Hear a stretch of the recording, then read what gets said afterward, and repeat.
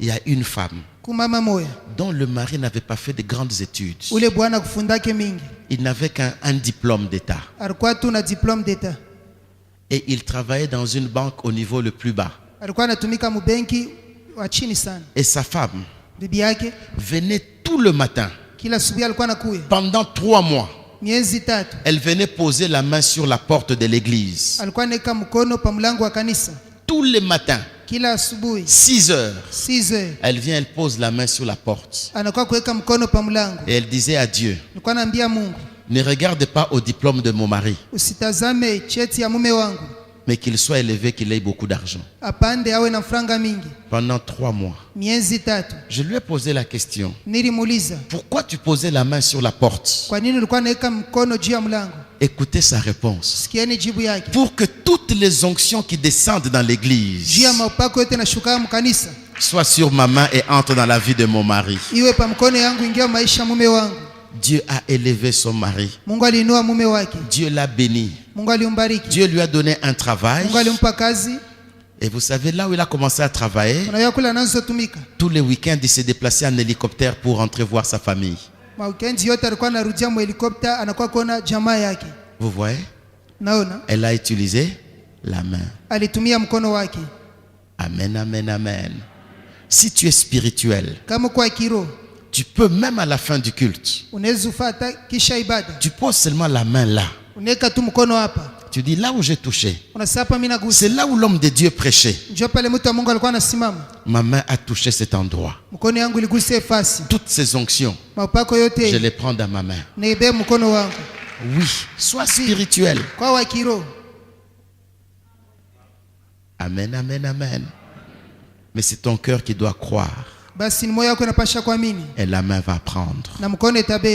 C'est ça le secret. Il y a encore beaucoup de choses à dire sur la main. Acte 19. Versets 11 et 12. Acte 19. Versets 11 et 12. Acte 19, verset 11. Et Dieu faisait des miracles extraordinaires par les mains de Paul, au point qu'on appliquait sur les malades des linges ou des mouchoirs qui avaient touché son corps, et les maladies les quittaient, et les esprits malins sortaient.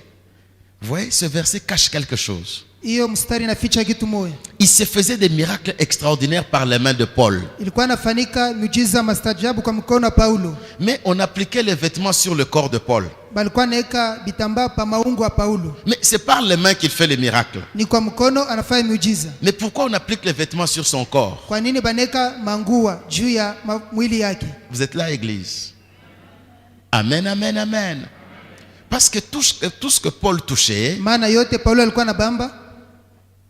était touché par l'onction qui était dans sa vie. Amen, amen. Un vêtement, tout ce qu'il touche est marqué par l'onction qui est dans sa vie. Tes mains vont apporter la bénédiction à ta vie. Avec tes mains, tu prieras, tu verras des changements. Tu t'imposeras toi-même la main. Et quelque chose se fera dans ta vie. Pourquoi? Parce que tu commences à comprendre les mystères de la main. Le diable cherche ta main. Dieu cherche ta main. Pourquoi?